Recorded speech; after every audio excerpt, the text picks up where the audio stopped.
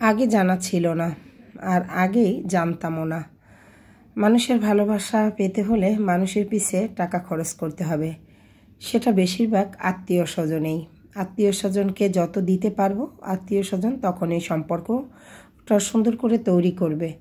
আর যতক্ষণ দিতে পারবো না বা নিজে একটু খারাপ অবস্থায় থাকবো, সেটা যদি কোনো আত্মীয় স্বজন জানে, তারা আর ফোনও করবে না, একটা যোগাযোগও করবে না, সম্পর্ক তো দূরের কথা। যদি কেউ কথাই বলে, সেটা খুব প্রয়োজনে বলবে, বা কিছু লোক আছে ইসলামিকটা ধরে রাখার জন্য মাসে একবার হ্যাঁ কেমন আছো, ভালো আছি, অতটুকু হাসি দিয়ে কথা বলে ওখানেই শেষ। আরে ভাই, কথা বলার কি দরকার? আপনি দূরত্ব বজায় রাখতে চান, সেটা তো বুঝতে পারি, তাহলে এত অভিনয় করার কি দরকার? ভিতরে থাকে ভয়ানক খারাপ রূপ, আর মুখের উপরে একদম মুচকি হাসি। হায় রে নারী, হায় রে আত্মীয়, হায় রে অভিনেত্রী। অভিনয় করে তারাও ফেল, কারণ যারা অভিনয় করে তাদেরকে অভিনয় শিখিয়ে দিতে হয়। আর এই মানুষগুলো যারা অভিনয় করে, তাদেরকে কোনো অভিনয় শিখাতে হয় না, তারা এমনিতেই বহুরূপী।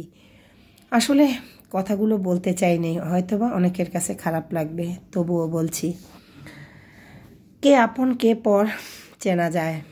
কে তোমার সাথে ভালোবেসে কথা বলে, কে তোমাকে মুচকি হেসে তোমার পিছনে এসে বিষ ঢালে, সেটা আসলে কথাই বোঝা যায়।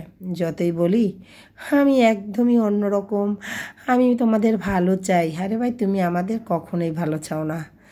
আমি সেটা শুরু থেকেই জানি, তবুও আমিও তোমার কাছ থেকে কিছুটা শিখেছি। তাই যত খারাপ অবস্থায় থাকি না কেন, তোমার সাথে হাসি দিয়ে কথা বলতে পেরেছি, কারণ অভিনয়টা তোমার কাছেই শেখা। তুমি চাও এবং তোমরা চাও, বিশেষ করে তুমি চাও আমি আর আমার পরিবারটা যেন খুব খারাপ থাকি। আল্লাহ যদি আমাদেরকে ভালোবাসে, ভালো রাখে, তোমার চাওয়া কখনোই পূর্ণ হবে না ইনশাল্লাহ। আমি সবসময় আল্লাহর উপরে ভরসা করি, তোমার উপরে না। আল্লাহ আমাকে ইনশাল্লাহ সব সময় ভালো রাখবে। মানুষের খারাপটা না চেয়ে ভালোটা চাওয়ার চেষ্টা করো। আরে ভাই, মানুষের যদি ভালো চাও, আল্লাহ তোমার ভালো করবে।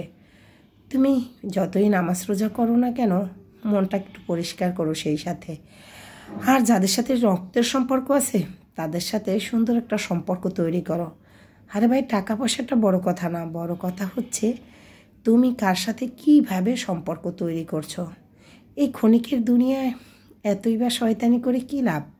আজকে আছি, কালকে নেই, তারপরেও এত বাহাদুরি, এত অহংকার তোমার, বুঝতেই পারছি আমি। তবুও আবার বলছি, আল্লাহ তোমার হেদায়েত দান করুক, আমিন।